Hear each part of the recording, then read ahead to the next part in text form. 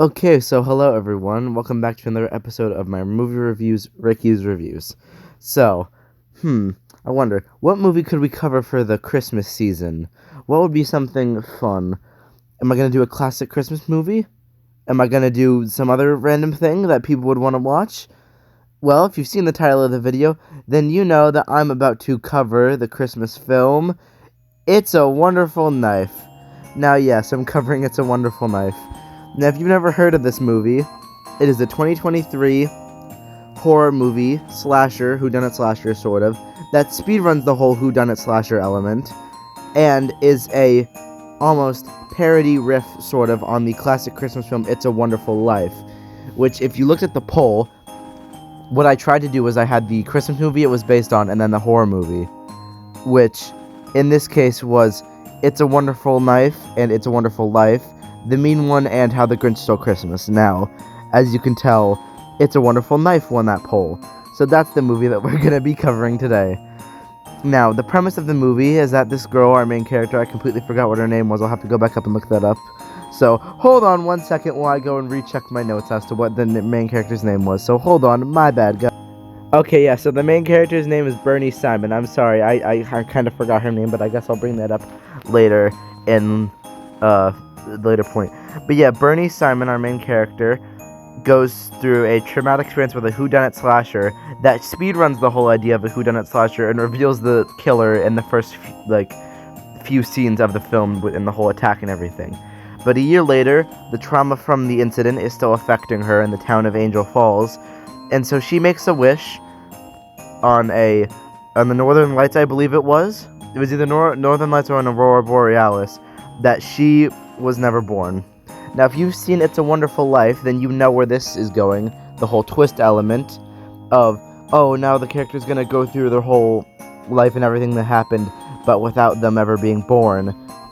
And you would be right, it is that predictable. That is how this goes, because it then proceeds to have our character, the lead, go through her life with the whole element of if she never was born.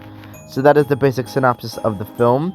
Now, you can watch this on Prime Video and Hulu, so if you still haven't watched the movie, I suggest you go and watch it before I give any more spoilers, which I feel like giving that brief synopsis wasn't too much of a spoiler, because if you read the title and you probably know what's going to happen. I think most other synopses of the movie give that same thing. But I will say, for my favorite scene of the film, which is playing right now, actually, it's more a compilation of scenes, is the scenes with the killer, which is known as the Angel in this movie. Now, why am I just doing a compilation of scenes for this one? Well, because I really like the design of the killer. And it reminds me so much. Now, if you're a fan of the Scream films, which I know this is probably a completely random point, but if you're a diehard fan of the Scream films, then you know that originally Ghostface was going to have a white robe, but then it looked too similar to a certain group from the past robe, so they decided to change it. But yeah, with this, I see the white robe, the white mask, and how it does fit, and it doesn't really look like that because of how they pulled it off. And that's why I like the scenes with the killer so much in them. This is just a compilation. What's playing in the background is just a compilation of scenes with the killer, because I like how it does. I like the design of the costume. I like the brutality of the kills that the killer is doing, and I like how it's similar to other whodunit slashers in that element, and how when I'm looking at the killer, it does look kind of similar to the movements of Ghostface, which is probably what inspired the design of the Angel and the whole whodunit element of the Angel killer in this movie. Now, that was my favorite scene of the film. Now, what I did like about the movie, I will say, I do quite enjoy movies that do twists on famous stories. Like, the director of this film, I do not remember his name, but the man who made this film, also made a movie called Freaky. Now, Freaky was a movie on a twist on Freaky Friday, where the killer and the protagonist, or final girl, swapped bodies. This is a twist on It's a Wonderful Life. I really like these sorts of movies that do fun twists on things. Now, don't get that confused with, whatchamacallit, like Winnie the Pooh, Blood and Honey. Well, yes, those movies are fun. Do I completely go with the whole idea of ruining these sort of or not really ruining, but doing these parodies on childhood things. Kind of, maybe, who knows, maybe I will do Winnie the Pooh, Blood and Honey, those two films, before the new Peter Pan one comes out, but I guess we'll see. But that was another thing I liked about the movie, the whole whodunit element, and I always love these sorts of tricks on famous ideas, almost. But now, the things I didn't like about the movie.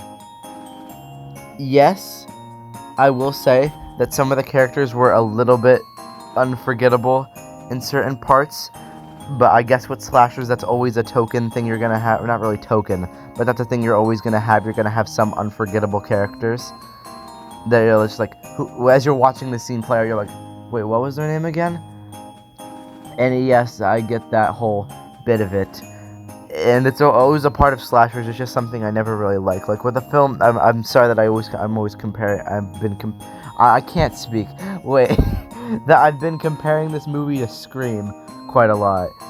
But at least with Scream, it felt like you knew the characters a little bit more. So when with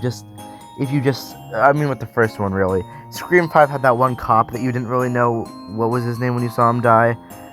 But that's the whole thing. But yeah, just some of the unforgettable characters, but slashers always have those. And another thing I didn't really like about the movie was, like how I just talked about some of the more unforgettable human characters. I wish that they had kind of expanded upon some of those people, with it being the whole It's a Wonderful Life parody riff element. If you've ever seen that movie, maybe I'll cover that next Christmas if that gets enough votes on the poll. But the element with that is that when you got the characters in the separate timeline, you saw more of their lives and stuff like that. Now, this movie did have elements of that, but I just kind of wish there was a little bit more to it. If I just talked about it just a little more for some characters, so that when you see them die, you're not like, who was that again? So if they'd flesh that out more, I feel like that'd be the things I didn't really like about the film. But overall, the movie was really good. It's a good slasher. It's definitely a good Christmas film if you're one of those like me who likes watching horror films around the holiday season. And I should probably end the review here because I know that this is, with the clips playing, it's probably the photosensitive part, and I don't want to do that to your guys' eyes. So, yeah, that was what I liked and didn't like about the 2023 horror film, It's a Wonderful Knife. Now, I'd give this movie, if I had to give it a rating, I'd give it a 7.5 out of 10. Now, I hope you enjoyed this video. Comment, like, and subscribe. I hope you guys have a happy holiday season. This might be the last video I have before Christmas, and if it is, then I hope you guys enjoy Christmas if you celebrate, or the holidays. And until then, I'll see you guys in the next one.